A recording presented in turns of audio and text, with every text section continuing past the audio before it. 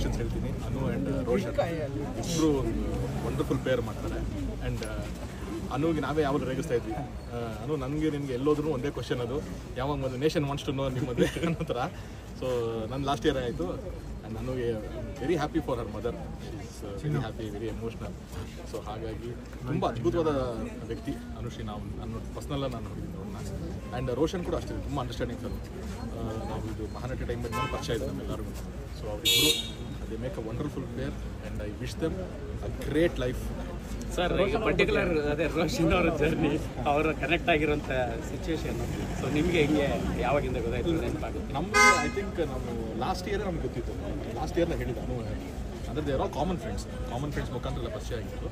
And last year ನಾವು ಮಹಾನಟಿ ಮಾಡಬೇಕಾದ್ರೆ ಅಲ್ಲಿ ಪರಿಚಯ ಮಾಡಿಸಿ ನಮಗೆ ಮಾತಾಡ್ತಿದ್ರು. And Roshan is a very good cook, ತುಂಬ ಚೆನ್ನಾಗಿ ಅಡುಗೆ ಮಾಡ್ತಾರೆ. ನಮಗೆಲ್ಲ ಒಂದಷ್ಟು ಬಿರಿಯಾನಿಗೆಲ್ಲ ಮಾಡಿ ತಂದ್ಕೊಟ್ಟಿದ್ರು ಸೆಟ್ಟಿಗೆ. ಸೊ ಹಾಗಾಗಿ ಅಲ್ಲಿಂದ ಒಂದು ಒಡನಾಟ. ಆ್ಯಂಡ್ ರೋಷನ್ ಅವ್ರು ಕೂಡ ಮಂಗಳೂರಿಂದ ಬಂದಿದ್ದಾರೆ. ಆ್ಯಂಡ್ ಸೋನಲ್ ಬರ್ಸಿದೆ, ಅವರಿಬ್ಬರು ಕೊಂಕಣಿ ಮಾತಾಡೋದು. ಸೊ ಹಾಗಾಗಿ ಅದೊಂದು ಕನೆಕ್ಷನ್ ಇದೆ ಅಲ್ಲಿ.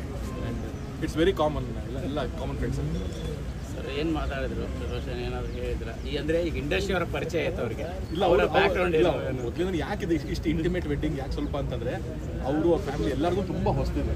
ಈಗ ನಮಗೆ ನನ್ನ ಮದುವೆ ಮಾಡೋಕೆ ನಮ್ಮ ಲೈವೇ ಕೊಟ್ಬಿಟ್ಟಿದ್ದಾರೆ, ನನಗೆ ಗೊತ್ತೋದು ಏನು ಅಂತ ಅಂದ್ಬಿಟ್ಟು. ಅವರು they are not used to this and everything. ಹಾಗಾಗಿ ಸ್ವಲ್ಪ ರಿಸ್ಟ್ರಿಕ್ಟ್. ಇಟ್ಸ್ ನಾಟ್ ದಟ್ ಮೀಡಿಯಾದ ರಿಸ್ಟ್ರಿಕ್ಷನ್ ಅಲ್ಲ, ರೋಷನ್ ಅವರ ಜರ್ನಿ ಅಂದರೆ ಅವರು ಕನೆಕ್ಟ್ ಆಗಿದೆ ಇಂಡಸ್ಟ್ರಿ ಪರ್ಸನ್ಗೆ ಅಂತ. ಅದೇ ಅಂದರೆ ಇದು ಏನು ಮಾಡ್ತಾ ಇದ್ರು ಅನ್ನೋಂಥ ಗೊತ್ತಲ್ಲ ಸರ್. ಅವ್ರದ್ದು ಬಿಸ್ನೆಸ್ ಅಲ್ಲ, ಕಾಮನ್ ಫ್ರೆಂಡ್ಸ್, ತುಂಬ ಕಾಮನ್ ಫ್ರೆಂಡ್ಸ್ ಮುಖಾಂತರ ಅವರೂ ಪರಿಚಯ ಆಗಿತ್ತು. ಆ್ಯಂಡ್ ಅವರು ಗ್ರ್ಯಾಜುವಲಿ ಅರ್ಥ ಮಾಡ್ಕೋತಿದ್ದಾರೆ. So will get to know things very soon. Thank you sir. Thank you.